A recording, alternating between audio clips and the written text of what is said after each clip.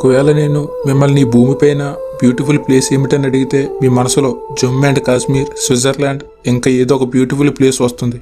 ఇప్పుడు ఈ భూమిపైన ఎన్నో అన్సాల్వ్డ్ మిస్టరీస్ కలిగి ఉన్న ప్లేస్ ఏమిటని అడిగితే దానికి సమాధానం ఏమిటో తెలుసా? దానికి సమాధానం ఈజిప్ట్. ఈ రోజుకి 4000 సంవత్సరాల క్రితం ఈజిప్షియన్ ప్రజలు ఈ రాజ్యాన్ని పరిపాలించేవారు. ఆ టైంలో వారు ఎంతో సుందరమైన కట్టడాలను స్థాపించారు.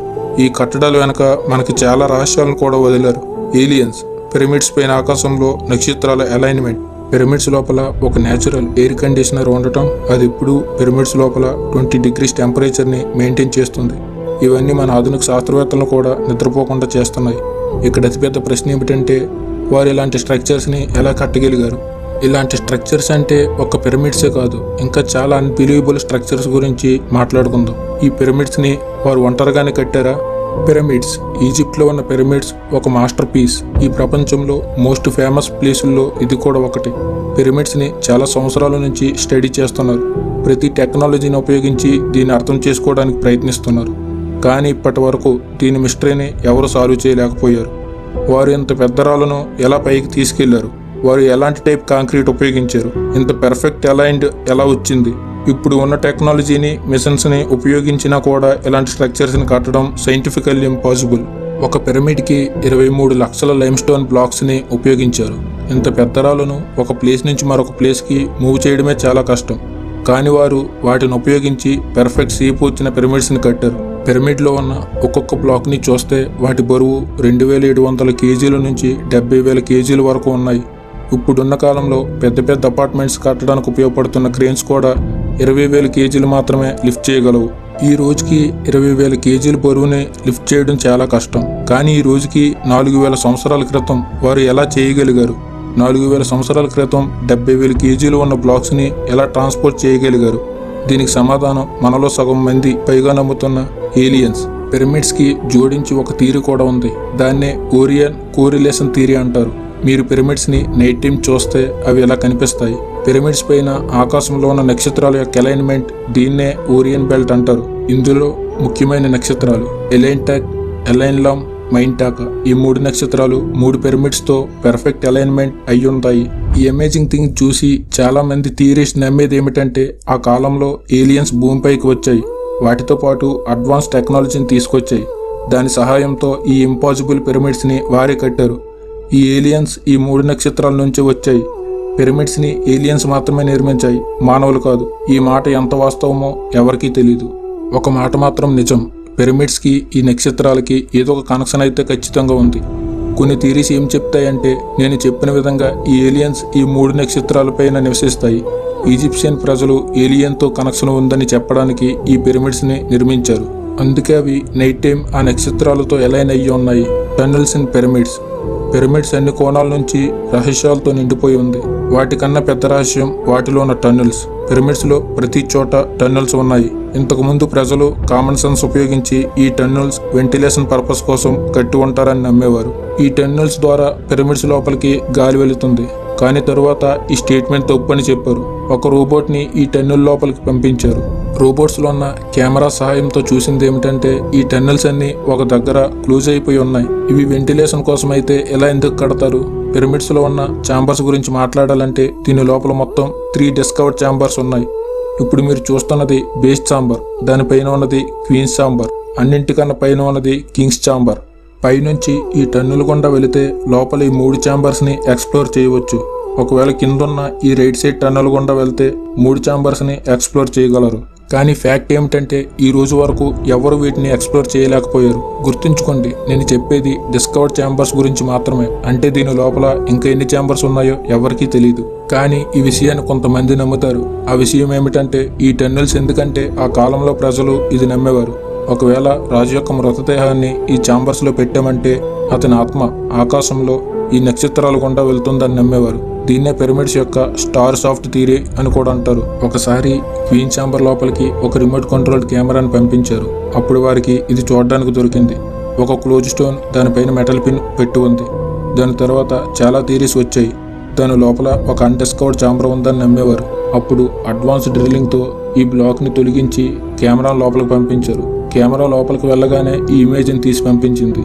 తర్వాత వెంటనే దేనివల్లనో డ్యామేజ్ అయిపోయింది. ఆ తరువాత నుంచి అక్కడ గవర్నమెంట్ పిరమిడ్స్ ఎక్స్ప్లోరేషన్కి ఎవరిని అలో చేయలేదు.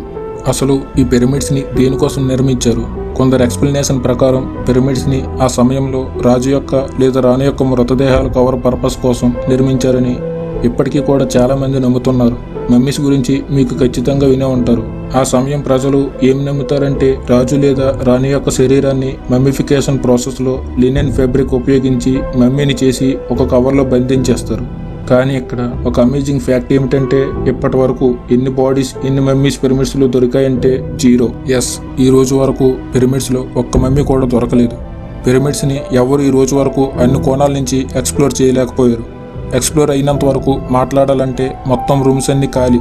కింగ్స్ ఛాంబర్లో కింగ్ యొక్క మమ్మీ దొరకలేదు. క్వీన్ ఛాంబర్లో క్వీన్ యొక్క మమ్మీ దొరకలేదు. ఇవన్నీ చూసి థియరీస్ ఒక కన్క్లూజన్కి వచ్చారు. పిరమిడ్స్ ఖచ్చితంగా దీనికోసం నిర్మించలేదు. మేబీ ఏదో కారణంగా నిర్మించి ఉంటారు. కొందరు థియరిస్టుల ప్రకారం ఈ పిరమిడ్ ఒక టైప్ పవర్ ప్లాంట్.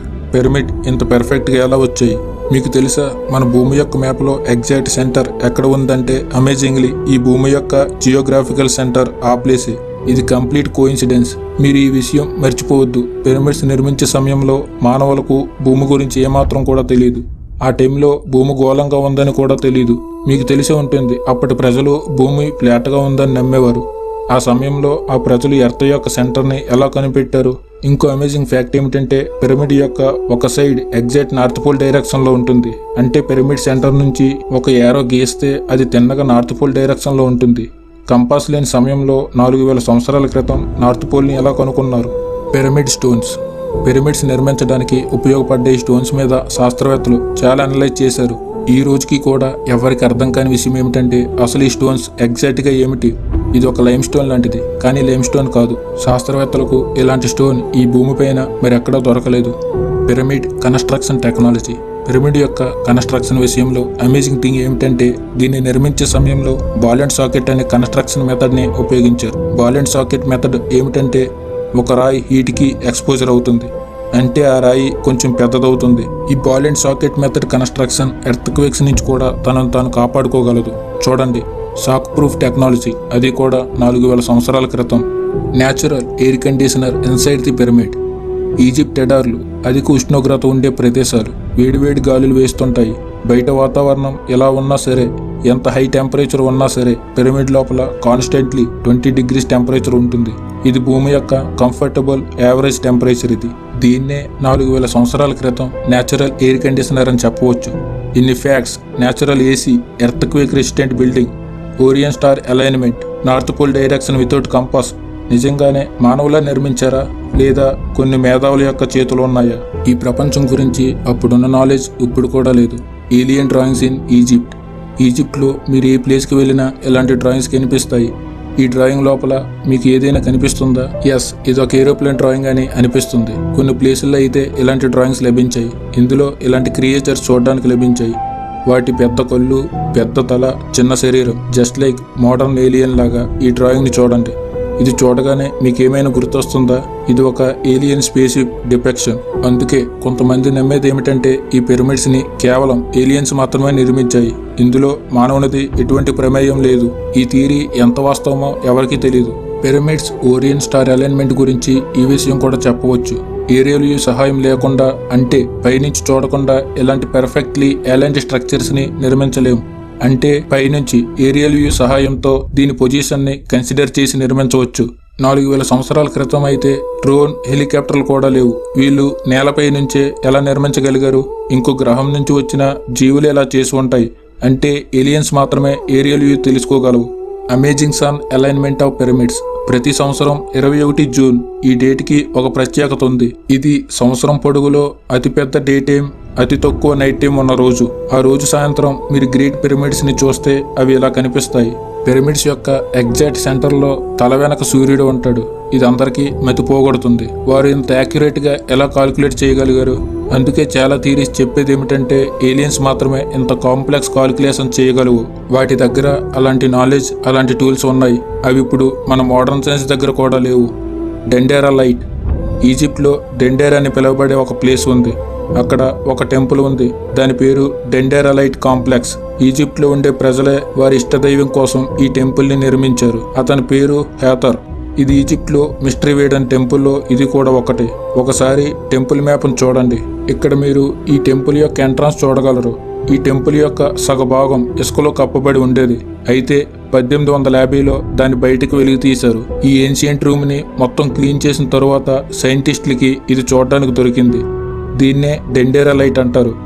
ఈ డ్రాయింగ్ని చూశాక ఈజిప్షియన్ ప్రజలు ఎంత అడ్వాన్సో మనకు అర్థమవుతుంది. ఇది చూడడానికి ఒక లైట్ బల్బులా కనిపించింది. మనం మాట్లాడుతుంది 4000 సంవత్సరాల క్రితమని మర్చిపోవద్దు. ఈ డ్రాయింగ్ని చూశాక థియరిస్టులు ఏం చెప్తారంటే ఏన్షియంట్ ఈజిప్ట్ టైంలో ఎలక్ట్రిసిటీ ఎగ్జిస్ట్ అయి ఉంది. అంటే 4000 సంవత్సరాల క్రితం టైం ట్రావెలర్స్ వీళ్ళకి ఆ నాలెడ్జ్ని ఇచ్చి ఉంటారు అని చెప్తారు. ఈ light bulbs night time pyramids నిర్మించే సమయంలో సహాయపడ్డాయని చెప్తారు. స్విట్జర్లాండ్లో దీని గురించి ఒక మిస్టరీ కూడా ఉంది. అక్కడ సేమ్ దీని మోడల్ని పెట్టి ఉంచారు. 4000 సంవత్సరాల క్రితం లైట్ బల్బ్ టెక్నాలజీ ఇంకా electricity, it's really shocking. The great sphinx pyramids గురించి మీరు స్కూల్లో ఖచ్చితంగా చదివి ఉంటారు. వీటి ఫొటోస్ ఒక్కసారైనా చూసి ఉంటారు. పిరమిడ్స్ పిక్చర్లో కనిపించే దీన్నే ద గ్రేట్ స్ఫినిక్స్ అంటారు. ఇది ఎలాంటి స్ట్రక్చర్ అంటే దీని ఫేస్ చూడడానికి మనిషిలా ఉంటుంది, కానీ శరీరం మాత్రం మనిషిది కాదు. ఇది ఒక ఏలియన్ మ్యూటెంట్ క్రియేచర్ లా కనిపిస్తుంది.